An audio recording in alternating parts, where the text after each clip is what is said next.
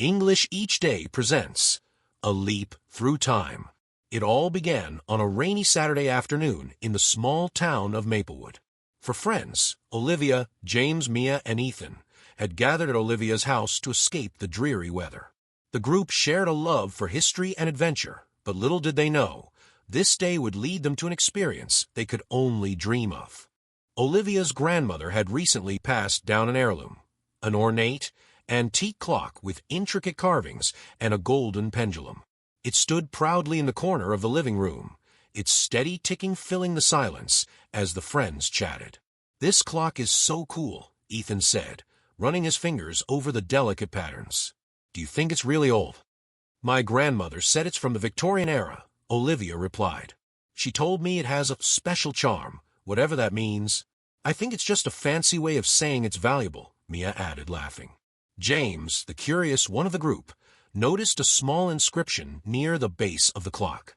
"Hey, there's something written here," he said, squinting to read the faded words.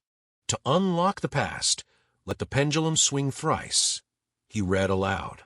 "What does that mean?" Ethan asked, intrigued. "Only one way to find out," Olivia said with a mischievous grin. Following the instructions, Olivia carefully pulled back the golden pendulum and let it swing 3 times. As it swayed, the clock began to glow, and a low humming sound filled the room. "Is this supposed to happen?" Mia asked nervously. Before anyone could answer, a burst of light engulfed the room, and the friends felt themselves being pulled into a swirling vortex. When the light faded, they found themselves standing in the middle of a cobblestone street surrounded by horse-drawn carriages, gas lamps, and people dressed in elaborate 19th century attire. "Where are we?" James asked, looking around in awe. "I think the better question is when are we?" Olivia replied, her eyes wide. Mia pointed to a nearby newspaper stand. "Look at the date. It's 1851. Ethan's jaw dropped. "We're in Victorian England." The streets were bustling with activity. Women in flowing gowns strolled arm in arm, men in top hats discussed business, and street vendors shouted about their wares. The smell of freshly baked bread mingled with the smoke from the coal fires. "This is incredible," Olivia said. "We've actually traveled back in time." James, ever the historian, was thrilled. This is the Great Exhibition year. It was a huge event that showcased inventions and art from all over the world. Mia, however, was more cautious. "This is exciting, but we need to be careful. We stand out in these clothes." Ethan nodded. "We should blend in before someone notices we're not from around here." The group quickly realized they needed Victorian attire. They stumbled upon a second-hand shop tucked away in a narrow alley. The elderly shopkeeper eyed them suspiciously, but offered to sell them a few outfits at a fair price. Olivia chose a modest, dark green dress with lace trim, while Mia opted for a light blue gown with a matching bonnet. James donned a tailored black coat and waistcoat, and Ethan, though reluctant, wore a slightly oversized suit. "You look like a proper gentleman," Mia teased. "I feel like I'm suffocating," Ethan replied, tugging at his cravat. Dressed for the era, the group ventured back onto the streets, marveling at how seamlessly they blended in. While exploring Hyde Park, they stumbled upon a lively crowd gathered around an elaborate pavilion. A sign read, "The Great Exhibition, a marvel of industry and innovation."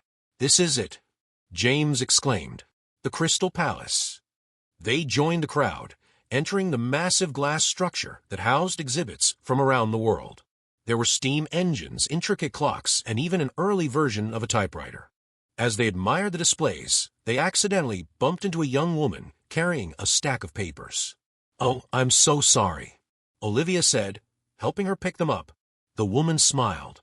"No harm done. My name is Clara. Are you here for the exhibition?" "Yes," James replied quickly. "We've traveled quite far to see it." Clara looked at them curiously. "You don't sound local. Are you from America?" "Something like that," Ethan said, avoiding eye contact. Clara, however, didn't press further. Instead, she invited them to join her for tea at a nearby cafe. Over tea, Clara revealed she was a writer working on a story about the lives of factory workers. "It's not an easy life," she said. "The conditions are harsh, and the hours are long. I hope my articles will bring attention to their struggles." The group was impressed by her determination. "You're brave to speak out like that," Mia said. "I believe change begins with awareness," Clara replied. The friends felt a connection with Clara and decided to help her with her research. They visited a nearby factory where the sight of children working in dangerous conditions shocked them.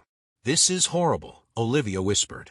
"It makes me appreciate how far we've come in our time," James said. As the group became more involved in Clara's mission, they noticed strange occurrences. The clock Olivia had brought with them began to glow faintly at night, and they started hearing whispers, fragments of voices warning them about staying too long. "I think the clock is trying to tell us something," Mia said. James frowned. "Maybe there's a limit to how long we can stay here." Ethan pulled out the clock and examined it closely. "The pendulum is slowing down. If it stops completely, we might be stuck here." Panic set in. They realized they needed to return home soon, but they didn't want to leave without helping Clara finish her article. The group worked tirelessly with Clara, gathering information and speaking to workers. On their last evening, Clara submitted her article to a local publisher. "Thank you for everything," she said. "I couldn't have done this without you." As they said their goodbyes, the clock's glow intensified. "We have to go now," Olivia said urgently. They ran back to the alley where they had first arrived. Olivia pulled the pendulum 3 times, and the vortex appeared once more. "Goodbye, Clara," Mia shouted as the light engulfed them. The friends tumbled back into Olivia's living room, breathing heavily. The clock stood silently, as if nothing had happened. "That was incredible," James said, still in awe. "I can't believe we actually went to Victorian England," Mia added. Ethan held up the clock. "This thing is more than just an antique." Olivia smiled. "Maybe it's a reminder of how much history has to teach us." As they sat together, reflecting on their journey, they wondered if they would ever use the clock again. Did you enjoy this time-traveling adventure?